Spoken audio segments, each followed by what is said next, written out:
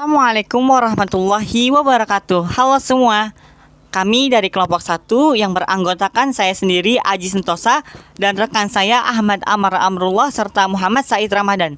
Pada video kali ini kami akan membahas tentang pengaruh kemajuan IPTEK terhadap Negara Kesatuan Republik Indonesia. Di dalam kemajuan IPTEK ini terdapat dua pengaruh. Pengaruh yang pertama yaitu pengaruh positif dan yang kedua yaitu pengaruh negatif. Pertama yang akan kita bahas adalah pengaruh positif kemajuan IPTEK bagi kehidupan bermasyarakat, berbangsa, dan bernegara. Di dalam pengaruh positif ini terdapat aspek-aspek. Aspek yang pertama yaitu aspek politik. Di dalam aspek politik ini dapat menanamkan nilai-nilai seperti keterbukaan, kebebasan, dan demokrasi. Kemudian mencegah praktik korupsi, kolusi, dan nepotisme.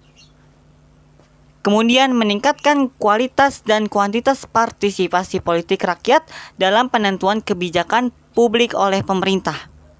Dan yang terakhir yaitu akan menjadi alat kontrol yang efektif dan efisien terhadap keberlangsungan suatu pemerintahan sehingga pada akhirnya akan tercipta pemerintahan yang bersih, jujur, adil, dan aspiratif. Aspek yang kedua yaitu aspek ekonomi.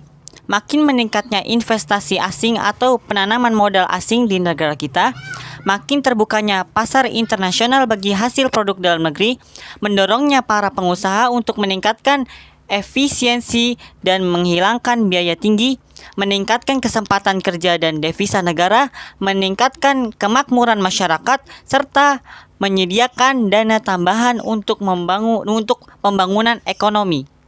Aspek yang ketiga yaitu aspek sosial budaya. Kemajuan teknologi dan informasi yang ditandai dengan munculnya internet dan makin canggihnya alat-alat komunikasi secara langsung telah mempermudahkan kita untuk memperoleh informasi dari belahan bumi lainnya.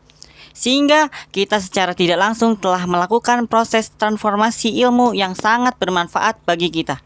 Kita bisa mencontoh atau belajar banyak dari tata nilai sosial budaya, cara hidup, pola berpikir yang baik maupun ilmu pengetahuan dan teknologi dari bangsa lain yang telah maju. Dan aspek yang terakhir yaitu aspek hukum, pertahanan, dan keamanan. Makin menguatnya supremasi hukum, demokratisasi, dan tuntunan terhadap dilaksanakannya hak asasi manusia. Menguatnya regulasi hukum dan pembuatan peraturan perundang-undangan yang memihak dan bermanfaat untuk kepentingan rakyat banyak. Makin menguatnya tuntunan terhadap tugas-tugas penegak hukum seperti polisi, jaksa, dan hakim yang lebih profesional, transparan, dan dapat dipertanggungjawabkan. Dan yang terakhir yaitu menguatnya supremasi sivil dengan mendudukan tentara dan polisi sebatas penjaga keamanan, kedaulatan, dan ketertiban negara. Yang kedua, pengaruh negatif ilmu pengetahuan dan teknologi bagi kehidupan bermasyarakat, berbangsa, dan bernegara. Yang pertama ada aspek politik.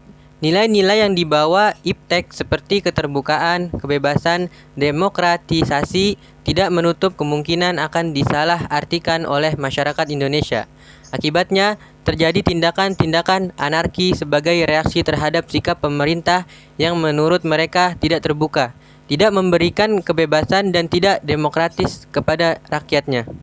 Selain itu, terdapat pengaruh negatif lainnya seperti munculnya ideologi liberalisme akan menimbulkan tergantungnya stabilitas politik nasional, munculnya gerakan-gerakan radikalisme dan terorisme.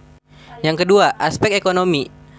Indonesia akan dibanjiri oleh barang-barang dari luar seiring dengan adanya perdagangan bebas yang tidak mengenal adanya batas-batas negara. Hal ini mengakibatkan makin terdesaknya barang-barang lokal. Cepat atau lambat, perekonomian negara kita akan disesuaikan oleh pihak asing. Akan timbulnya kesengajaan sosial yang tajam sebagai akibat dari adanya persaingan bebas. Pemerintah hanya sebagai regulator pengaturan ekonomi yang mekanismenya akan ditentukan oleh pasar. Sektor-sektor ekonomi rakyat yang diberikan subsidi semakin berkurang. Yang ketiga, aspek sosial budaya. Munculnya gaya hidup konsumtif dan selalu mengonsumsi barang-barang dari luar negeri. Munculnya sifat hedonisme, yaitu kenikmatan pribadi dianggap sebagai suatu nilai hidup tertinggi. Adanya sikap individualisme, yaitu sikap selalu mementingkan diri sendiri serta memandang orang lain itu tidak ada dan tidak bermakna. Bisa mengakibatkan kesengajaan sosial yang semakin tajam antara yang kaya dan miskin. Munculnya gejala westernisasi, yaitu gaya hidup yang selalu berorientasi kepada budaya barat tanpa diseleksi terlebih dahulu. Makin memudarnya semangat gotong royong, solidaritas, kepedulian, dan kesetiakawanan sosial. Makin lunturnya nilai-nilai keagamaan dalam kehidupan bermasyarakat. Dan yang terakhir, aspek hukum, pertahanan, dan keamanan. Dampak negatif yang ditimbulkan dari kemajuan iptek dalam aspek ini antara lain akan menimbulkan tindakan anarkis dari masyarakat yang dapat mengganggu stabilitas nasional, ketahanan nasional, bahkan persatuan dan kesatuan bangsa. Selain itu, peran masyarakat dalam menjaga keamanan, ketertiban, dan kedaulatan negara semakin berkurang. Selanjutnya yaitu membangun sikap selektif dalam menghadapi berbagai pengaruh kemajuan ilmu pengetahuan dan teknologi atau iptek. Yang pertama yaitu ada sikap tanggung jawab dalam pengembangan iptek. Usaha pengembangan dan pemanfaatan iptek, setiap manusia Indonesia harus memiliki kearifan dan berpegangan pada prinsip moral. Harus memiliki etika dan rasa tanggung jawab. Sebagai contoh, dinamit dan bahan peledak dimanfaatkan untuk mencari dan menangkap ikan. Hal itu tentunya yang akan mengakibatkan merusak habitat dan lingkungannya. Pada segi agama, etika dan tujuan pembangunan iptek secara sistematis dapat dibagi menjadi dua. Yang pertama yaitu untuk membantu manusia dalam memahami dan mencari kebenaran ilmu dan hukum Allah Subhanahu wa Ta'ala atau hukum Tuhan. Kemudian yang kedua yaitu membantu manusia dalam mempermudah menjalankan aktivitas kehidupannya di muka bumi ini. Yang kedua, sikap selektif terhadap pengaruh kemajuan ilmu pengetahuan dan teknologi di bidang politik. Ada 4 hal yang selalu dikedepankan pada saat ini dalam bidang politik, yaitu demokratisasi, kebebasan, keterbukaan, dan hak asasi manusia. Yang ketiga, sikap selektif terhadap pengaruh kemajuan ilmu pengetahuan dan teknologi di bidang ekonomi. Yang pertama, sistem ekonomi dikembangkan untuk memperkuat produksi. Yang kedua, pertanian dijadikan prioritas. Yang ketiga, industri-industri haruslah menggunakan bahan baku dari dalam negeri. Yang keempat, diadakan perekonomian yang berorientasi pada kesejahteraan rakyat. Yang kelima, tidak bergantung pada badan-badan multilateral seperti pada IMF, Bank Dunia, dan WTO. Yang keenam, mempererat kerjasama dengan sesama negara berkembang. Dan yang terakhir yaitu sikap selektif terhadap pengaruh kemajuan ilmu pengetahuan dan teknologi di bidang sosial budaya. Perlu mengusahakan perubahan nilai dan perilaku antara lain: 1.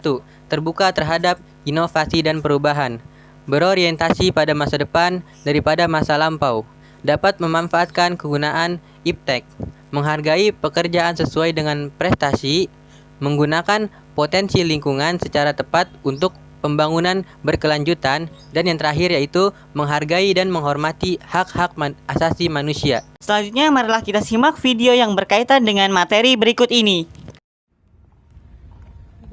Perkembangan teknologi komunikasi memberi kebebasan untuk menampilkan dan mengambil informasi apa saja dari aplikasi dan juga media sosial. Situasi ini sayangnya disalahgunakan oleh penyedia layanan prostitusi dengan menyediakan jasa prostitusi online atau daring. Tertangkapnya selebritas Vanessa Angel pada awal tahun ini bukan kasus prostitusi online pertama yang terungkap. Vanessa yang tadinya berstatus saksi kemudian ditetapkan sebagai tersangka karena diduga mengirimkan foto dirinya kepada mucikari.